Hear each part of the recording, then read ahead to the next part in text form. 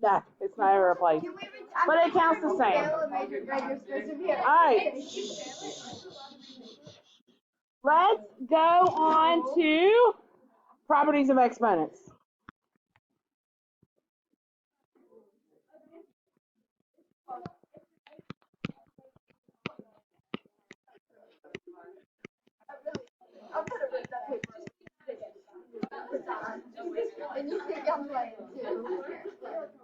All right, here we go. We are starting our polynomial unit now. Y'all actually have it easier than all of the other. I have taught undergrad for 15 years, and this is the easiest I've ever been on. I've never done projects for each unit like this. So y'all are, well, so far we have. What's what? I don't know if we'll have one next year. I don't know. All right. Properties of exponents, here we go. This is all about polynomials. And we'll finish our analysis here too. So, because I don't think you remember properties of exponents from Algebra 1, do you? No. Maybe. No. I was going to take a day today to do properties of exponents and then practice with them for homework, especially since you had the project also. That way it's kind of a review topic. It's not so hard as we're getting ready to start these polynomials, because polynomials can get very interesting. So y'all ready? All right. So properties of exponents involve monomials. Monomials make up polynomials. There's lots of prefixes here. What does mono usually mean? Oh my gosh, thank you so much. Nobody else was going to tell me. Everybody's just like, okay, I'll give you a second. I'll give you a second to get ready. So monomials are only whenever we are multiplying, okay, no adding or subtracting here. Monomials make up polynomials. For instance, this is kind of one of those things, you remember in geometry whenever, I hope your geometry teacher said something along the lines of, a square is always a rectangle, but a rectangle is not always a square, and how, do you understand what I'm saying, where I'm getting? It's kind of the same with monomials. So monomials make up polynomials. A monomial is a polynomial, but polynomial is not always a monomial, because a monomial means one term. Okay? Terms can be made up of variables, exponents, coefficients, but they're just not added or subtracted. So if I said something like, that is a term, that's one term, and it is a monomial because it sits alone.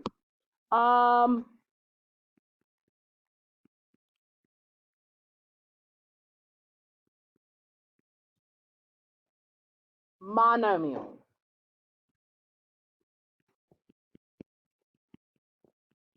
Is that a monomial? No, not a monomial because of the plus. That one has two terms. Okay, just so you understand what it is that we are looking at. So as we use exponent properties, we are doing this for monomials only. So no addition or subtraction in there. You can't combine them and use these properties if it is. So I'm going to run through. There are actually 7. You are missing product power quotient. You're missing power of a power and nope, power of a product and product of a power. We'll add them in there whenever we go. All right, first one. Product rule. What does product mean? Multiplication. You're exactly right. You're exactly right. So one thing I want you to realize as we do this, we're looking for ones that have the same base. What is a base? Do I need to stop and define that? Okay, look up at the, well, let's say I have x cubed. What's the base? X. So this is the base. 3 is called the what? the exponent. Or sometimes we might refer to it as the power. Okay. So for the product rule, I'm looking for two things that have the same base. So here's what product rule says. If I am multiplying, let's take that same x to the third, and I multiply times x to the second. The product rule says, because these have the same base, I can add those exponents together. Are y'all remembering this?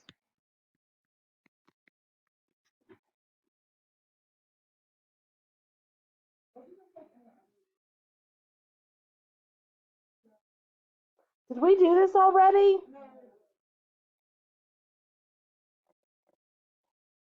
We might kind of, yeah, with some basics.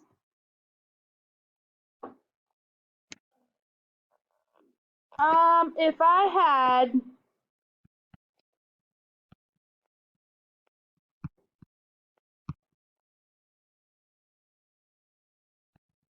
something that looked like this, for example, how might that simplify?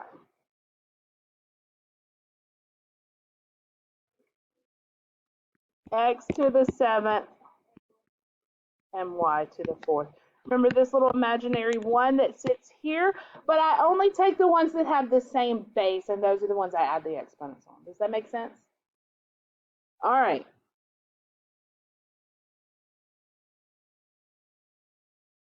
Just adding. If you're multiplying and the bases are the same, you just add the exponents. That's it.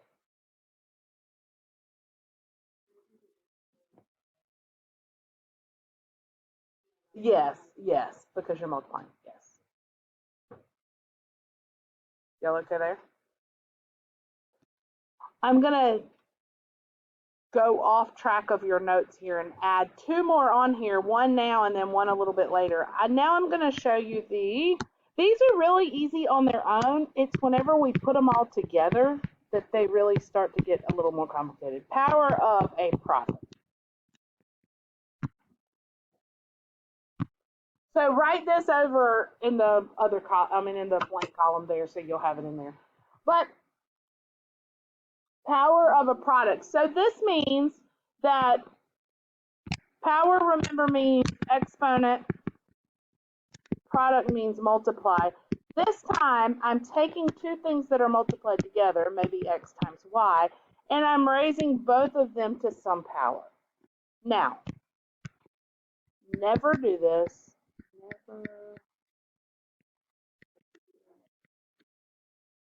Multiply, sorry.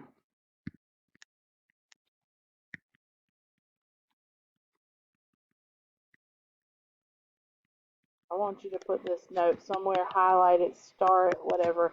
You're never going to do what I'm fixing to show you if you're adding or subtracting inside the parentheses. It doesn't work that way. Okay? Here I'm multiplying inside the parentheses, and this is why it works.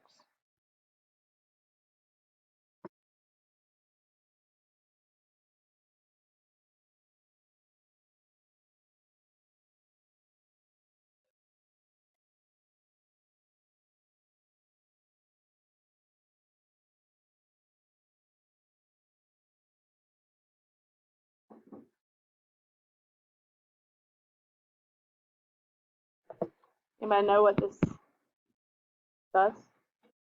What this becomes? That's exactly right.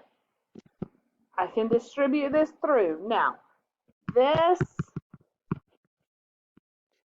never equals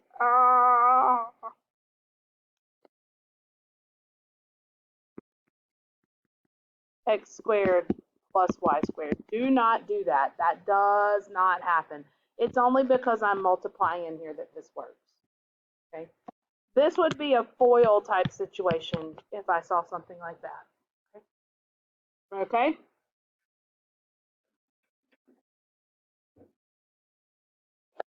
Take that as a yes, and I'll go on to the power rule.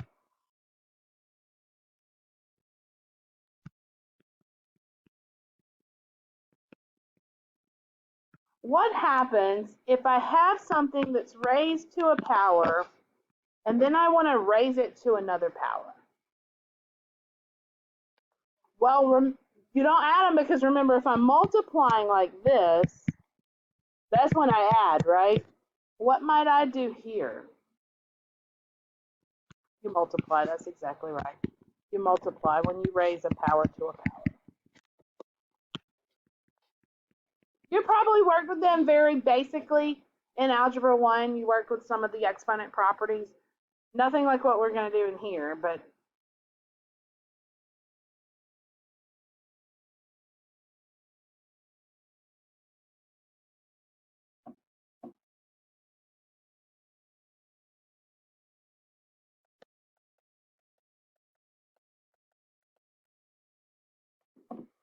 all right, let's do quotient rule. Again, these are easy on their own, but we're going to pull them all together and we're going to see what happens. Quotient means what?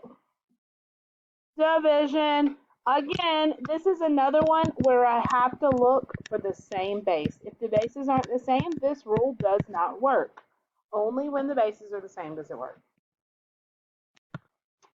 So maybe I have x to the 10th divided by x to the 2nd. When you multiply with the same base, what do you do with the exponents? Well, for this one you do. When you multiply, I was kidding, you just jump ahead, that's okay. When you multiply, you add. The opposite of multiply is divide, so you would subtract here, right? So it's always top minus bottom for the same bases, even if that puts you negative, and we're going to talk about what we do if we end up in negative land, but we always subtract top minus bottom. So this would become x to the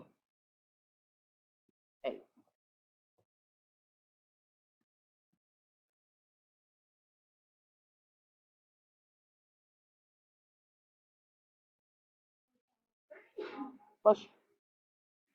Yes.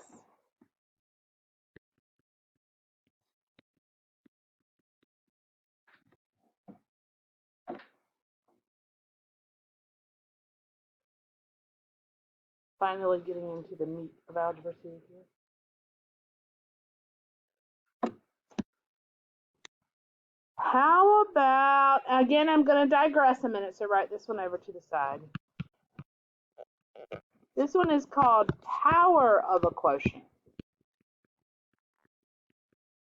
Very similar to power of a product, but this time inside the parentheses,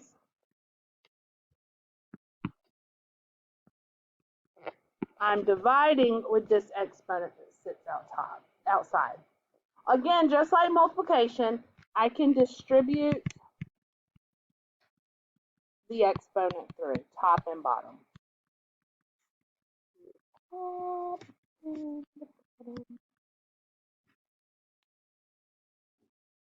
So this becomes what? X cubed over y cubed.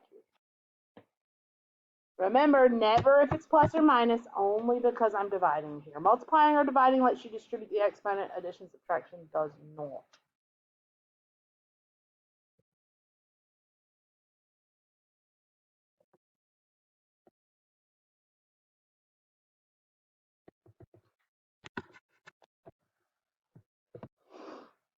All right, how many more we got? 2 more. Negative exponent. What happens when you have a negative exponent?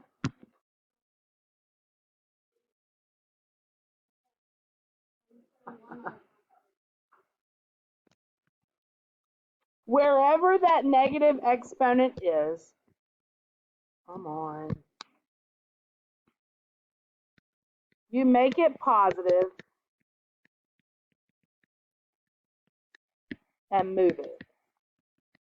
And when I say move it, I'm talking about in terms of a fraction, okay? If it's in the top and negative, make it positive, move it to the bottom. If it's in the bottom negative, make it positive, move it to the top. So for example, if I have x to the negative 3, that's not a fraction, so how do I move it? That's exactly right. It'll be 1 over x to the positive 3. If it starts out in the bottom, 1 over x to the negative 2, it becomes positive and moves, boop, right up to the top. Everybody okay? Last one. Easy so far? It's pretty easy until we put them all together, and then that's when everybody struggles. Zero power, or zero exponent rule. Easiest one, yes. Anything as long as it's not zero itself, anything raised to the 0 power equals 1. As long as anything is not 0. It's the only exception. Well, anything times 0 is 0, but if I had 5 to the 0, it would be 1. X to the 0 is 1. Whoa.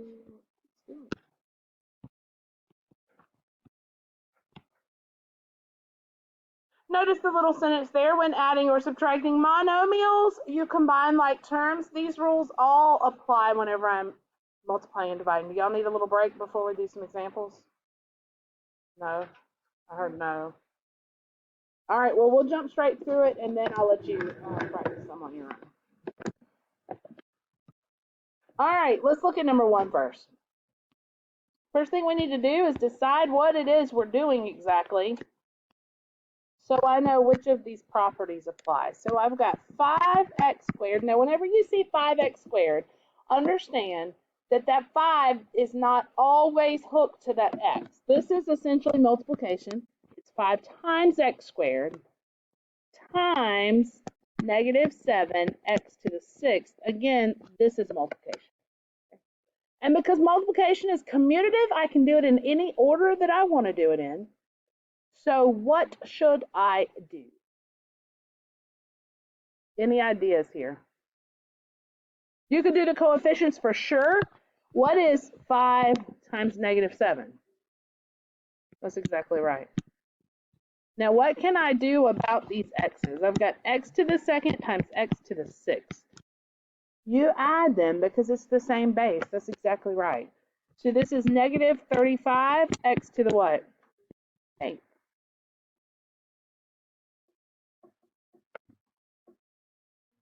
That's it.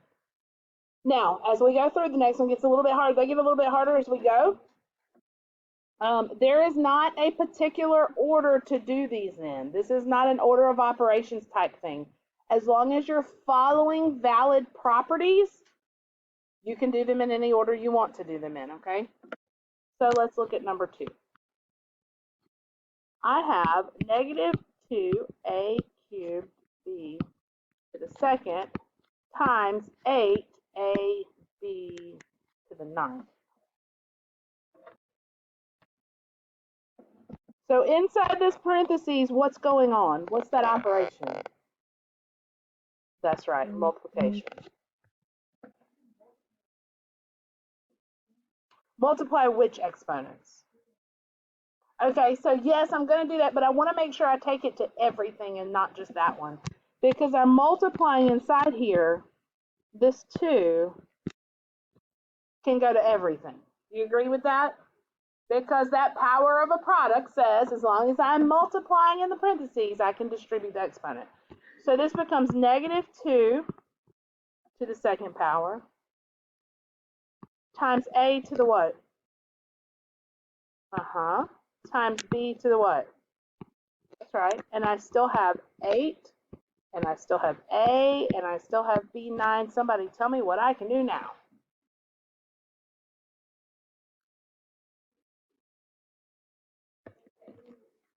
The a and the b. Okay. Well, I've got, what is negative 2 to the 2nd power? 4. I've got 4. You said combine the a's. What does that give me? And you said I've combined the b's. B to the 11, and I've still got this 8 that's sitting out here. It's 32. That's exactly right. Is it all coming back to you now?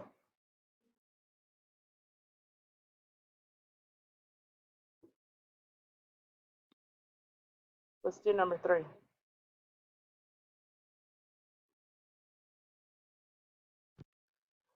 Be very careful on ones like number 3,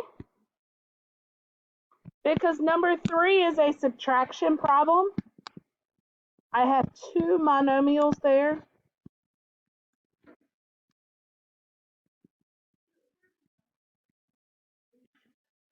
You actually divide those. That's a great question, but you actually do. You treat it just like a fraction. If you had the fraction 54 over 3, how would that reduce? What'd you say somebody said it? 18? 18, right? 54 over 3 is 18. I still have M6, N4, M2, N minus 10, M4, N3.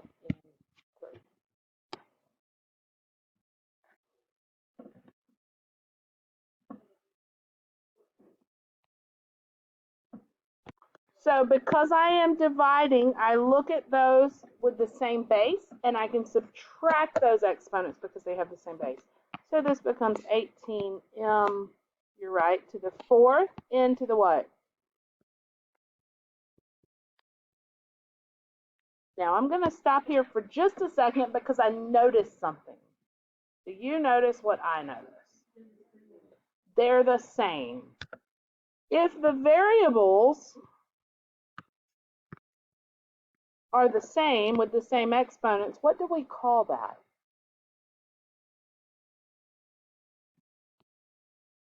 If this was 18x minus 10x, what would you call those? Like terms. Would you agree then if it was 18x squared minus 10x squared? So define like terms for me. What does it mean to be like terms?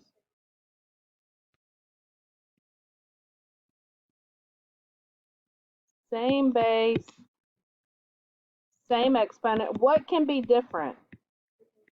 The coefficients. Would you agree then that these are like terms? Yes. The variables with the exponents are exactly the same. So now I'm in a combined like term situation, has nothing to do with exponent properties. What is 18m to the 4th n to the 3rd minus 10m to the 4th n to the 3rd? That's exactly right. You just do the coefficients. You leave the variable alone. Okay, so notice here the difference in multiplying, dividing, and adding and subtracting. Okay, and there's a note up here that says when adding or subtracting, combine like terms. Okay, adding and subtracting is different than multiplying and dividing. Right under your, easy to miss, you might want to highlight it or start or something. Let's do number 4. Go ahead. Well, I did, initially I started working with this one and doing exponent properties, but then I got to this point and went, wait, they're like terms now. So I combined the like terms.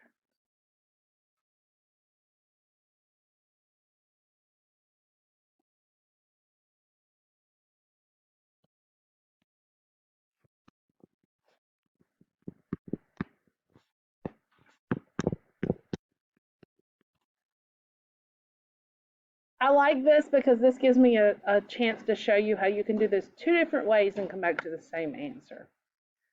What do you think we should do first?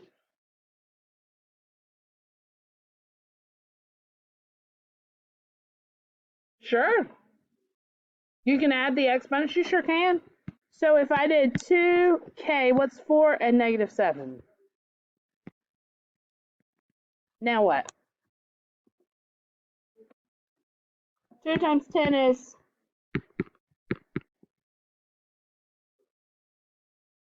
what do you put on the bottom? Which part has a negative exponent? The k. The 20 doesn't move with it, but that's a common misconception. So what I'm going to do is I'm going to leave the 20 up top, and I'm going to put the k on the bottom and make it positive. That's it. That's it. Now, let's say I didn't see it that way. Let's say I started working this, and I said, you know what? The first thing I see is the 2 and 10, and I know that that's 20. And that would have been my first instinct. And then, let's say you looked at it and you went, well, I'm not sure if I can add those exponents because one of them's negative, but I do know that I can move a negative exponent. So maybe I did this. And then I went, well, I know if I divide, what do I do with the exponents? Subtract 4 minus, remember it's always top minus bottom. It's -3. I'm back to the exact same thing that I got when I did it the other way. Again, as long as you're using valid properties each time, it's okay.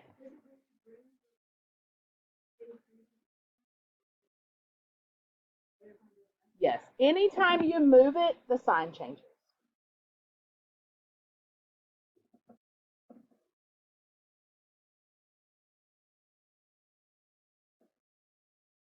Let's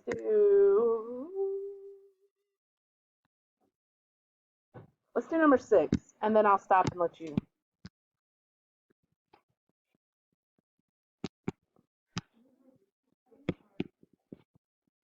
There's another sheet for homework. There's 20 problems on it. They're not bad. Once you start going on them, they go quick. They really do. All right.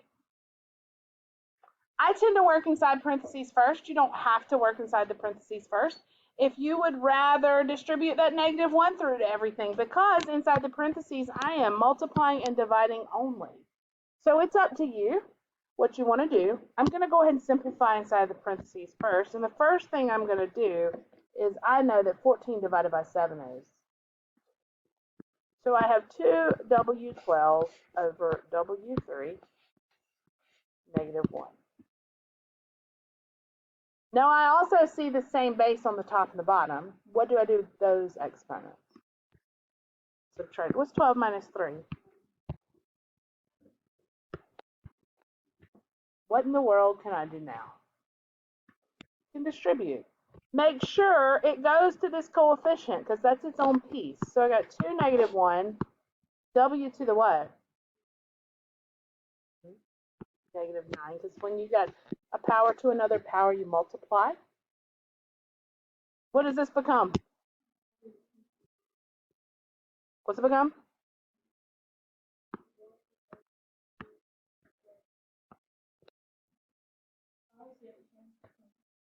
Yes.